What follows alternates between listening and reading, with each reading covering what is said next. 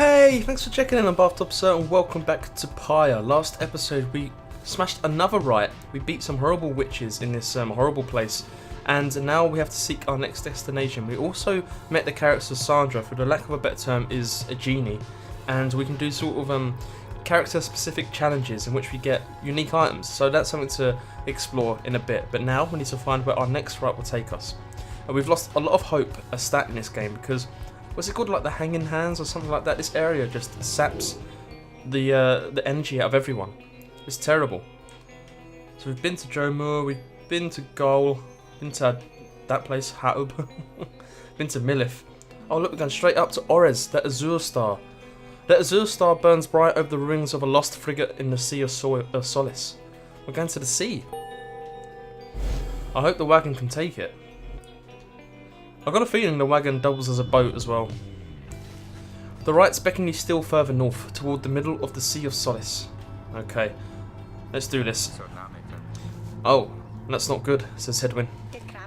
You're joking, right, chum? Does the reader seem the joking type to you, Greentail? We do not argue with the stars. You talk like we can just go ride right into the water. Pardon my interruption, though. Perhaps we can? Say what? My client, Sandalwood, he has a way of anticipating such eventualities.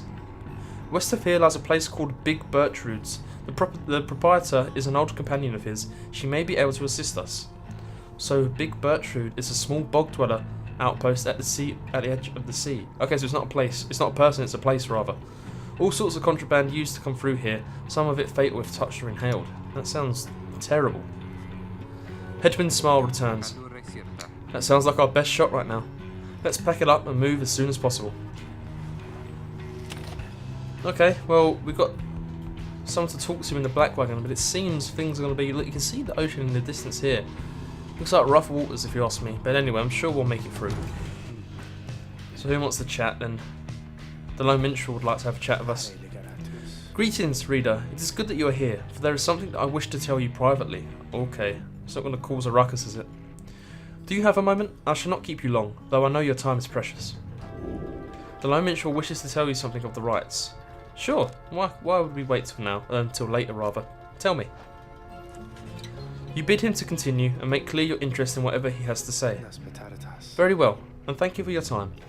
And, I should further note, matters that pertain directly to the rites I must reveal to you alone, for thus I'm obliged. In any case, when you confronted the withdrawn, and which Udmilhi, oh god, that word again, and which Udmildhi, you might recall she tended to invoke a certain name. Yeah, that word as well, bloody hell, I thought we'd seen the last of these horrible words. So how would you go about saying that? Wyslach? The Astralborn. I hesitate to say it even now. Well, how about you stop saying it then? You would be forgiven if you took the ravings of Udmildhi for mere nonsense. However, her words, as it turns out, ring with a certain truth. Before the union of the 8 scribes, when they first found themselves here in the downside, this land was even less hospitable, if that can be believed. I've got to admit, I struggle to believe that. It was ruled over by the greater titans. Oh wow, colossal monsters that once roamed the downside. And these must be the carcasses that we keep seeing where the rites take place. The scribes together slew them, one by one, and through this forged their bonds. This one called Wyslach was the eldest and most fearsome of the lot. Oh god. Just the same, the scribes managed to defeat it. They later used Wyslach's own hide and ichor to bind the Book of Rites. However, Wyslach did not truly die, for by some accounts, it seems to be incapable of death. The creature is regenerating even now, though very, very slowly. Its vow is to devour this land and everything in it. Only then can it return unto whatever plane it banished it to ours. So, in a way, it is in exile, just like you. If ever should the creature be reborn, it should be many ages hence. Thus, the ravens of Udmildhi are more or less inconsequential, for the while. Yet, the history of Wyslach is inexorably linked to the rites, and therefore must be known. I trust your research of the book shall lead you to discover more in time. I hope all of this is of some reassurance. And now, I leave you to your more immediate concerns. I shall go to check how everyone is faring at this time. He heads out into the evening, bidding you a good rest of the evening. I've got to admit, I don't feel totally at ease after telling us that. So there's a horrible, huge, bloodthirsty entity slowly regaining power. I mean, okay, it may be hundreds, thousands, millions of years off, but still, the threat is there. Oh well, if we don't have to worry about it in this lifetime, then who the hell cares? I know, I'm aware that's a terrible attitude. Should we look inside the book? I don't think there's anything new we can read.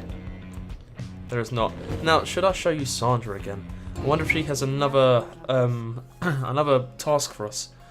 You bring me brief reprieve from solitude. What seek you in exchange? So yeah, I want to do another scribe trial. But she deems none of your fellow exiles worthy of her time right now. Okay, so we'll just have to keep checking in on her. Go forth and show your adversaries what you have learnt.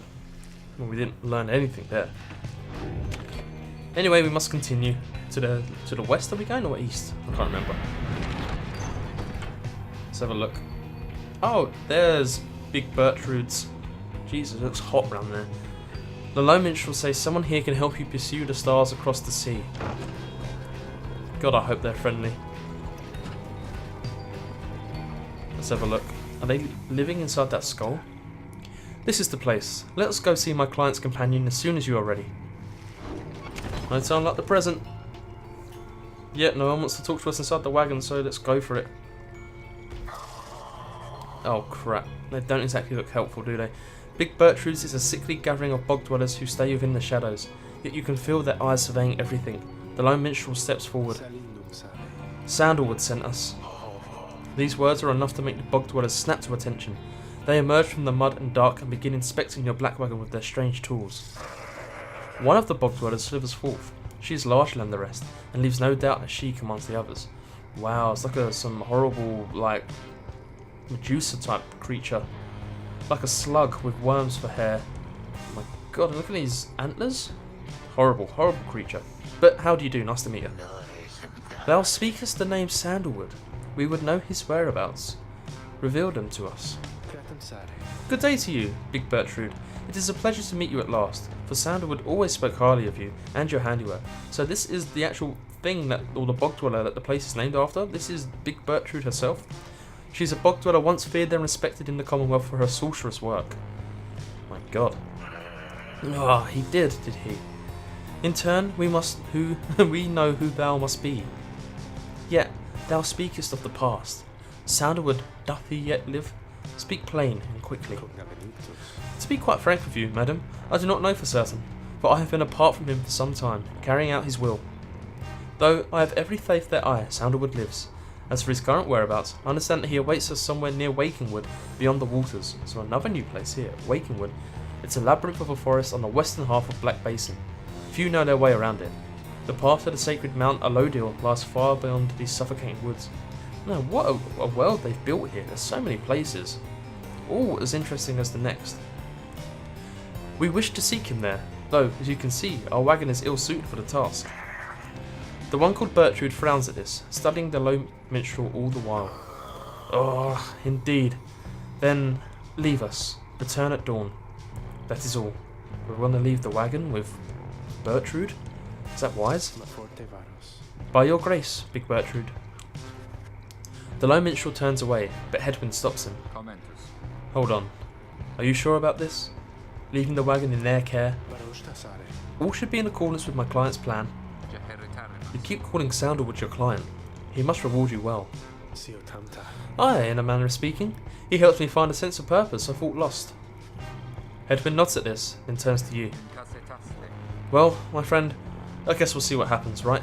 I'm off to let the others know. You find yourself with time for your vocations. Oh cool, while the bog dwellers go about their business. Now, we've only had one of these before, and previously we concentrated on leveling up one specific companion. But this time, I may try and grant all of our team a bonus, you know? Yeah, I think this is one, study in private. Or we could forage for resources. But I think we'll do that last. I'm going to go for study in private and see how that helps us. You find a relatively quiet clearing to study the Book of Rites, with undivided attention. So why is that flashing? Is it because we haven't read it before? The Book of Rites, an ancient manuscript revealing a mystic path to freedom of the downside. We have read that, right? Surely.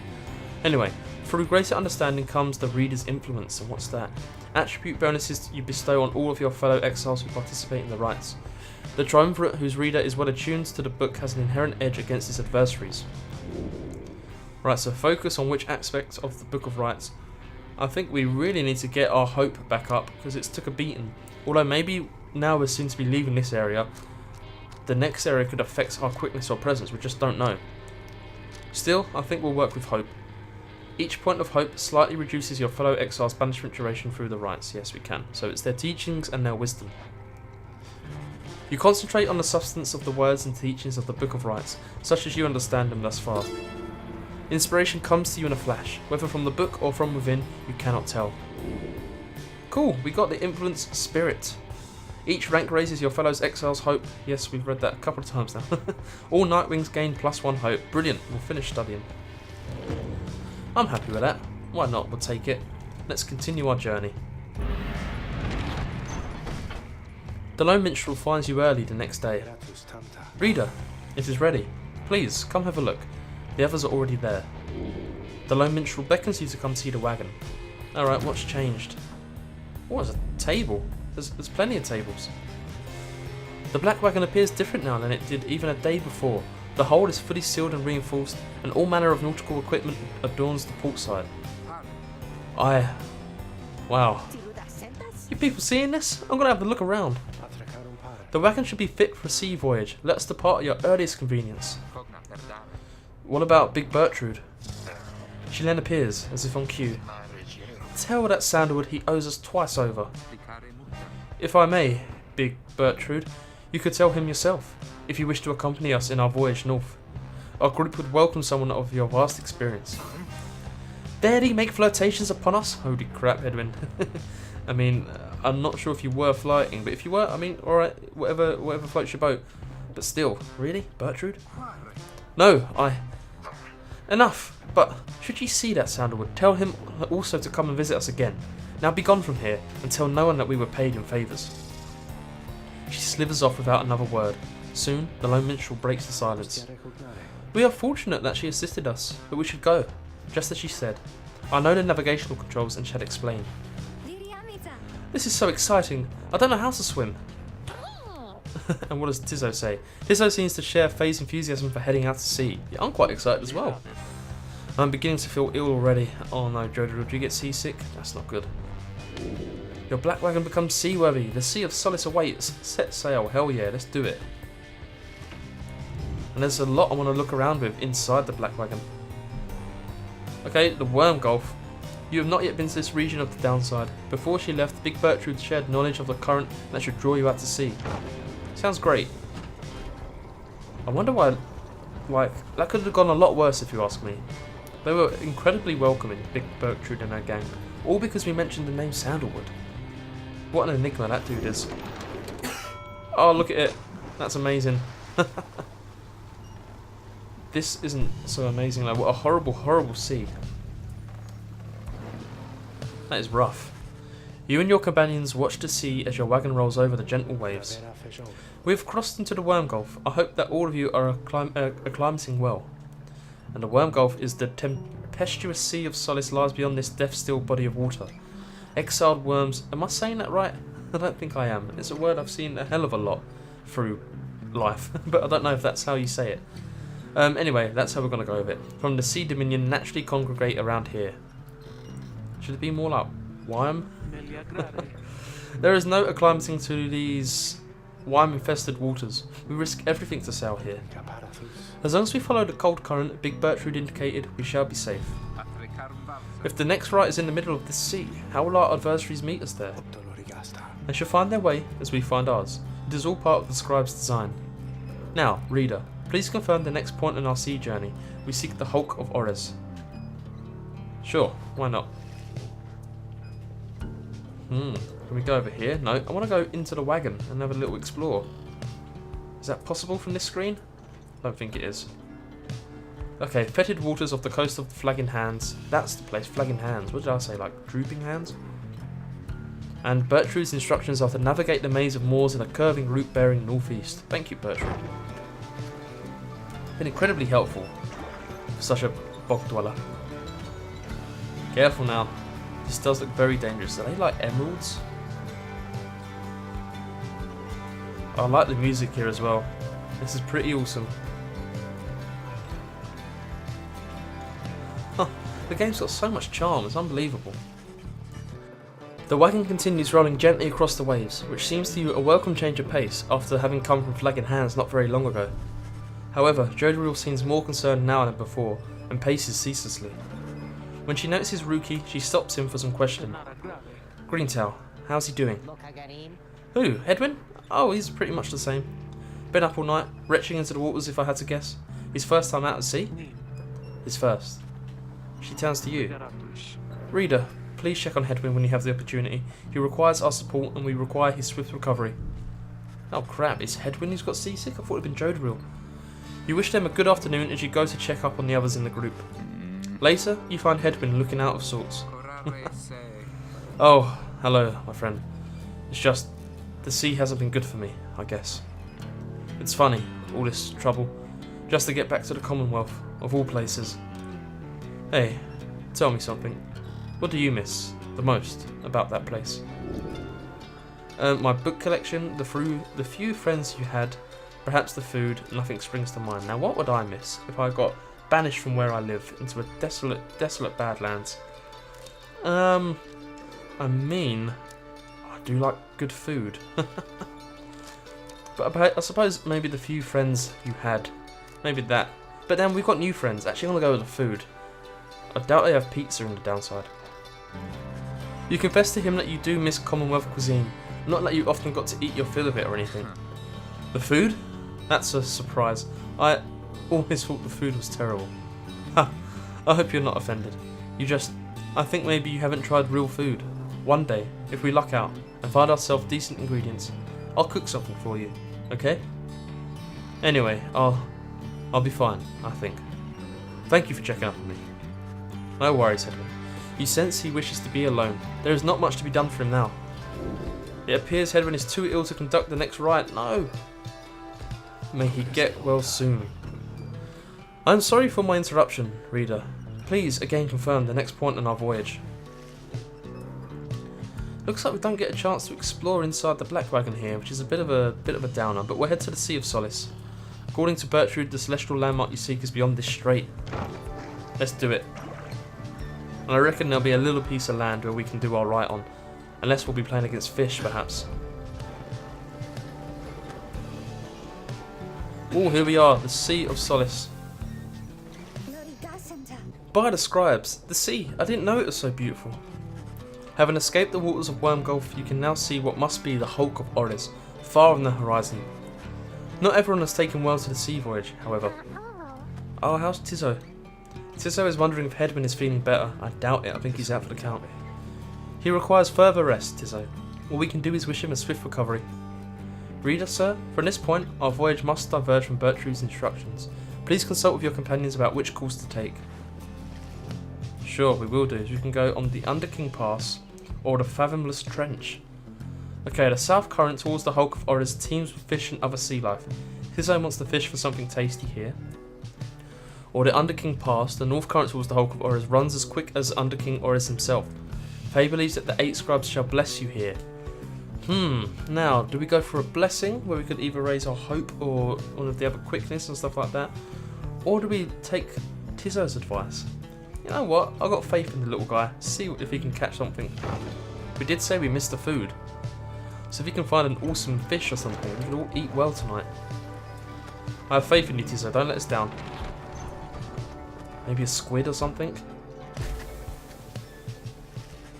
The sea is peaceful for the most part, save for the occasional strange shimmers beneath the surface.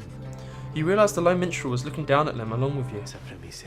Those shapes down there, some must be worms of the Sea Dominion cast into exile. So the Sea Dominion is a vast and war-torn undersea regime, home to untold numbers of amphibious worms. Having conquered their waters, the worms clambered onto the Commonwealth shores in search of new wars. Oh my crap. Oh my crap? Doesn't sound good, does it? I understand they tirelessly fought the Commonwealth's wars, having grown weary of their own. They must make worthy adversaries. That's definitely who we're going to be fighting next. Oh, Tizzo! Tizzo appears to have spotted something tasty. Tizzo dives about walling into the depths below. And there he goes again. That one enjoys being at sea, despite its perils. Eventually, the little imp resurfaces, clutching something in his claws. What have we got? Tizzo caught a lesser shambler. You could always sell it. Nice. Oh my god, it's worth 92 coins. A limbless, cold-blooded creature caught at sea. Yeah, we'll sell that to Ron. He'll love it. And we should have about, what, 150, 170 gold after that? We could probably buy something pretty decent. But now, this is the place of our rite. At last you arrive at the Hulk of Oris after journeying across the sea. It seems the next rite is to commence here soon, though there is no sign of your next adversaries yet. There's Ron, page revealed down the river. Okay, let's go to the slug market first. Oh, hey, you guys. Funny running into you out here, right in the middle of the drink. Know what I mean? Not a lot of customers today, so have a look. I'll give you a good deal. Right, first things first, we're going to sell that. Oh, we'll have over 200. 209. Now, what we could buy, a dash of stardust, a thorned knot. When aura casting raises the bearer's maximum range plus 8. Okay. But we could buy that for 200, a lunar glass. While carrying the orb, the bearer moves faster than usual. Is that what it does? I mean, do we really want to blow it all on this? Why not? It costs 200, it must be good. Sure. I really hope we don't need a lot of gold for anything else, because we only have 9. And who would we equip it with? So who hasn't got anything? Faye doesn't have anything. Maybe there's Tizzo. Who are we more likely to use? Let's give it that to Tizzo and hope we made the right choice. Appreciate you doing business, and you guys be sure to tell your friends, okay? Cool. So let's finally have a look around the Black Wagon. Feels like it's been a long time. So there is, what, a nautical bell? Among the Black Wagon's seafaring equipment, Hedwyn uses it to signal when food is ready. Brilliant. A keepsake from big birch roots. And what's this? A table we can sit on. Oh, but it doesn't really have any information. Right, let's check on the Book of Rites. So we've got a new page. Down the river. The Emperor Solyom knew naught of this, of course. His expedition yielded not the treasure he desired, but brought him closer to his country than he ever had been before. As he travelled down the river Sclorian in pursuit of greed, he found instead an inkling of shame. He saw the sunken faces of his people, heard their words for him. In time, he could not ignore it, and it proved more than he could bear. The river finally claimed him, his belongings and his retinue. Once the people heard, I understand they cried with joy. Perhaps he ought to have perished, but the mercy shown to him, I think, is what transformed him. This is a strange old book, isn't it? I'll be honest, I'm not exactly keeping up with it. Maybe I should read it more, like, pay better attention in our spare time. Read through it again. What's that? A silver cudgel head? A limbless, cold-blooded creature rescued from the sea. It is fully grown and has led a rich life. Brilliant. And how's Jodril doing? Reader, a moment of your time. You ask what is on her mind. Hedwyn. He's beginning to recover from his illness. However, its sudden onset serves as a reminder, I believe. I have known Hedwyn since he was a child. Even now, I hesitate to say that he has grown. Nevertheless, there are such things that even I would never say to him directly. For instance, I struggle with his confidence, at times. Whether he leads us to our freedom or our doom, I am ambivalent. I don't really know what that means. Speak not a word of this to him, of course, in case that is unclear. I shall tell him in my own way, if and when the time requires. Does it mean she doesn't respect him as a leader? In any case, when times remind me of his mortal weakness, I end up having to consider what should happen should we become separated permanently. She trails off for a while. What I mean to say is, you should know that I am fully pledged now to this quest of ours, whether Hedwyn is the one to lead us to its end or not. I have my reasons, one of them is him. I expect the same holds true for you. That is all I wish to say. Take care, reader. I really don't want any internal unrest. That will not do any of us any good. She nods and brushes past you towards the door. I think Hedwyn has made a natural leader so far, and he's done a mighty fine job. I always try and take him out onto the rights when we can. Okay, well, let's see what this rite has in store. I don't know who we're going to take of us. Having landed at the Hulk of Oris, you and your fellow exiles now anticipate the hour that the rites are to commence again. What do you think, Tizzo? Don't I look just like Mr. Hedwyn? Coo-hoo. Tizzo is worried that Hedwyn is still feeling unwell. Wait, I think... What's that? Oh, I knew it. It's going to be one of them worm things, right? A serpentine creature emerges from the water, followed by several others of its kind. You recognise it as a worm of the Sea Dominion. What they are all doing here, you see plain by their ritual raiments. Their nearest one somehow loosens its mask. Ooh, it's got one eye? Wow. Jeez, it's like the horrible alien in Star Wars, you know, in the garbage compactor thing. Good sirs and good ladies. So it is you that he summons the glorious competition against this knight and his brigade. Well then, let us do battle now without delay. More than our freedom is at stake here, but our very honour, and this knight fully intends to reclaim his. Oh, and lest this knight forget, he is called Sir Gilman. He salutes you on behalf of all the Pyre hearts until the contest. Sir Gilman, he is once a proud knight of the Sea Dominion on a self-made quest to regain his honour. Yeah, I was not expecting him to be so knightly, I'll admit. And the Pyre hearts must be his triumvirate of worm knights, who perceive the rites as a great battle to be won. He splashes out of view, just as the stars above begin to shimmer with strange light. Was this going to be our speaker friend? Sure is. Any minute now. Oh, okay, a loading screen. I was expecting to hear the narrator chastise us in some way again. Okay, who are we going to take? Here he is. Even the vastness of the sea was not enough to thwart your coming here unto the hulk of Orus. Oh wow, what is that? Not to underestimate your adversaries here, despite their pitiable look. Yeah, they don't look like much, I'll be honest. Referring to the Pyre hearts. These rites are but another war to them, and that makes you their mortal enemy. Uh-oh. Expect your battle to be glorious. Wow, we're fighting on the deck of an old ship? That's really cool. And look, they're in like diagonal points of the map now.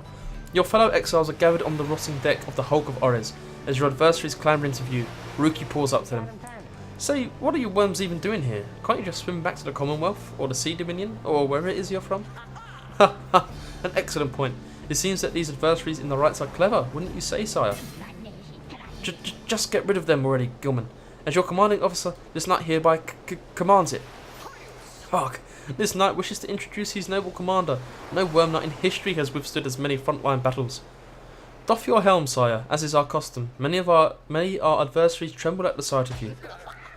Sir Gilman attends to his commander's mask, despite his protests. What the hell? Look at this guy. Looks like Mike Wazowski, but with long hair, like a hippie Mike Wazowski. Wait, give this knight his helm, his mask rather. This knight hereby presents to you the great Sir Deluge, a noble visage, is it not? And Sir Deluge is a petty worm knight of the Sea Dominion, who somehow survived countless battles. Sir Deluge trembles and squirms. So, yeah, you can swim or no? Of course we knights can swim, all knights of the Sea Dominion can. But we are exiles of this land, the same as ye. We can swim, 'tis true, but 'tis similarly impossible to swim back up the river down which we were flushed to end up here. Nay, there is but one way to return. Silence, Gilman, nobody cares. Back to your post. Sir Gilman hesitates, but does as he is told. This knight knows who you are, Nightwings, and he's not afraid of you. He somehow climbs back into his mask and calls up to his full height. Now, on guard! The exiles of the Worm Triumvirate take their positions as you focus on the Book of Rites. Wow, this is pretty intense. Although, I think they might be my favourite people we've faced yet. Reader, Hedwin's illness means he cannot help us here. He shall be counting on us. Alright, so who should we take? Who shall conduct the rites? It's been a while since Jodie's got to run around, so let's pick her. Jodariel. And... now, do we take... Oh, we've got nothing for Faye to equip. I'm thinking, do we take Tizu? Surely.